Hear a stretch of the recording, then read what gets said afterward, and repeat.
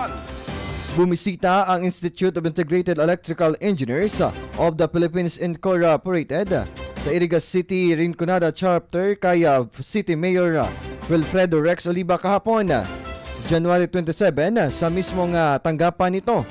Ang nasabing grupo ay pinangunahan ni Engineer Ariel Soriano at Engineer Lito Vargas, napawang mga former IIEE Bicol Region Governor o Regional Governor, kasama si 2025 Chapter Vice President Engineer Melchor Nacario.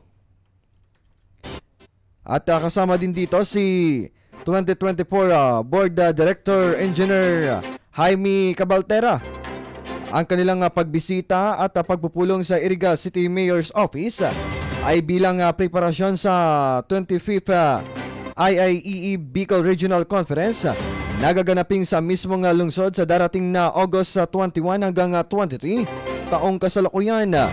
Aasahan na makakapulong o makakapagpulong ng aabot sa 500 miyembro na galing sa iba't ibang lugar sa Bicol Region ang gaganaping conference. Bukod pa rito ang mga dadalong national officers, special guests at kinatawan ng mga kumpanya, suppliers at exhibitors sa Metro Manila at ilang parte ng bansa.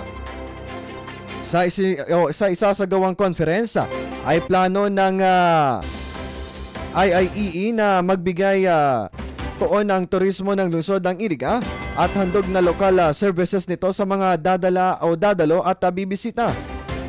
Kaugnay nito, suportado naman umano ni Mayor Rex Oliva ang naturang event kung saan kinilala nito ang potensyal ng Bicol Conference sa pagpapalago ng local tourism at economic activities sa Iriga bilang host cities sa taong 2025.